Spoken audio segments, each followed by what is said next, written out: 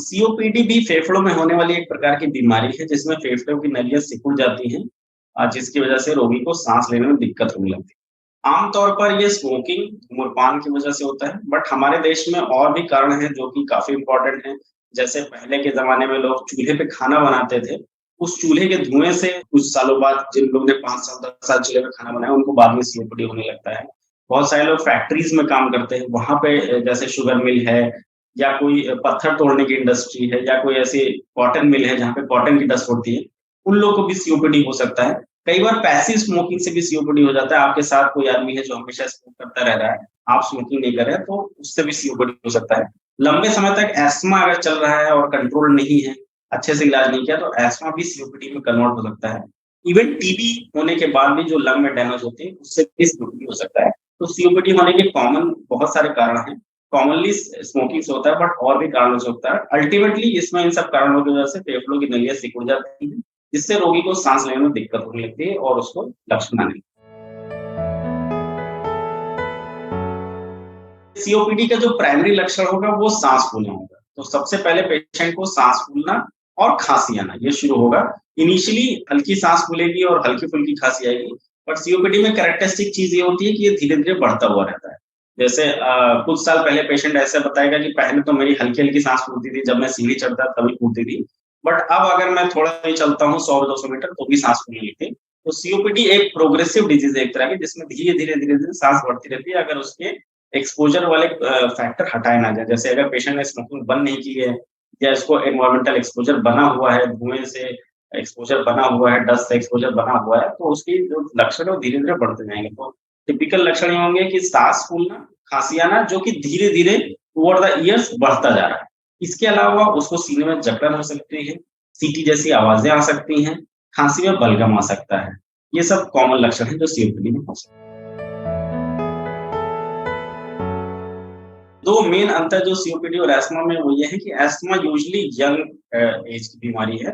मतलब वो बच्चों को भी हो सकती है, वो यंग आदमी को हो सकती है, 20 साल के भी आदमी को हो सकती है, 25, 30, 40 में।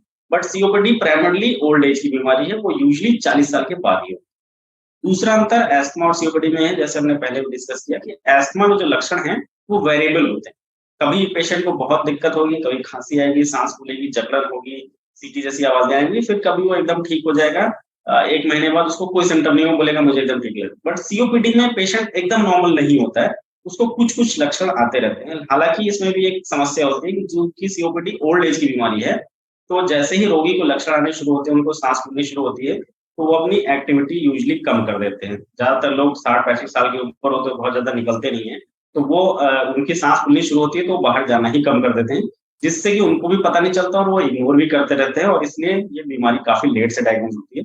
तो अगर आपको ऐसे सिम्पटम्स आ रहे हैं, हल्के भी आपकी एज 60 के ऊपर है, आपने स्मोकिंग पहले की हुई है या आपको सिग्निफिकेंट एक्सपोज़र हुआ है डस्ट या स्मोक का और लक्षण आ रहे हैं, तो पहले इसका टेस्ट कराएँ, ये पता करें कि हाँ, फेफड़े में कोई दिक्कत तो नहीं, पहले ही अपनी एक्टिविटी लेवल कम ना करें। डायग्नोसिस के लिए मेनली जो टेस्ट होता है वो स्पायरोमेट्री होता है, जिसको हम पल्मोनरी फंक्शन टेस्ट या पीएफटी बोलते हैं। इसमें कंप्यूटर में आदमी को फूँकना होता है जिससे वो कंप्यूटर अपने आप ये नाप लेता है कि आपके फेफड़े की पावर कितनी है। बेसिक टेस्ट जो कि सीओपीडी और अस्थमा दोनों के डायग्नोसिस में हेल्प करता है वो स्पायरोमेट्री है।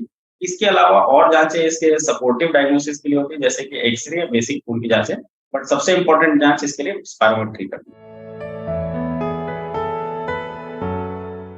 सीओपीडी के इलाज में सबसे अच्छी चीज़ है कि अगर हम एक्सपोज़र को रोक सकते हैं, जैसे जो आदमी स्मोकिंग कर रहा है, वो स्मोकिंग को रोक दे। जिस आदमी को इंडस्ट्रियल एक्सपोज़र है, धुएँ वाली जगह काम करता है, तो वहाँ पे मास्क लगा के जाए या अगर जॉब चेंज कर सकता है, तो चेंज करे। कॉटन का एक्सपोज़र, जो पत्थर तोड़ रहा है, इन सबको मास्क लगा के काम करना चाहिए। हम लोग बहुत बार देखते हैं कि कंस्ट्रक्शन का काम चल रहा है, बहुत सारे लेबर हैं, वो ऐसे ही काम कर रहे हैं, पत्थर की तोड़ाई हो रही है, बट वो कभी मास्क नहीं लगाते। मैं कोशिश करता हूँ कि कभी ऐसे लोगों से मिलूँ, तो उनको समझाऊँ।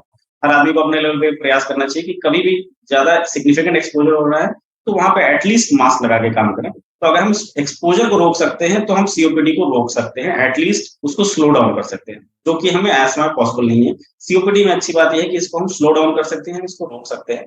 बाकी इसके इलाज में सबसे इम्पोर्टेंट दवाइयाँ वही हैं इन्हेलर्स, क्योंकि इन्हेलर्स में डोज़ कम रहती है और वो डायरेक्ट फेफड़े में काम करती हैं। तो इन्हेलर ही अस्थमा और सीओपीडी दोनों के इलाज का मेन तरीका है।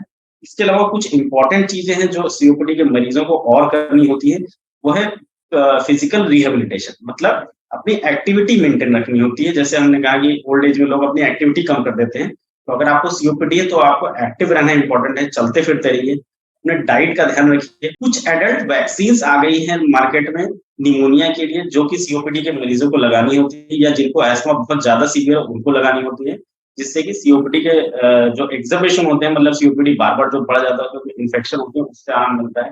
तो वैक्सीनेशन बहुत इम्पोर्टेंट है, जिसके बारे में अवेयरनेस बहुत कम है। तो सीओपीडी के पेशेंट अगर आप हैं और आप कहीं इलाज कर रहे हैं, तो अपने डॉक्टर से वैक्सीनेशन के बारे में ज़रूर डिस्कस करें।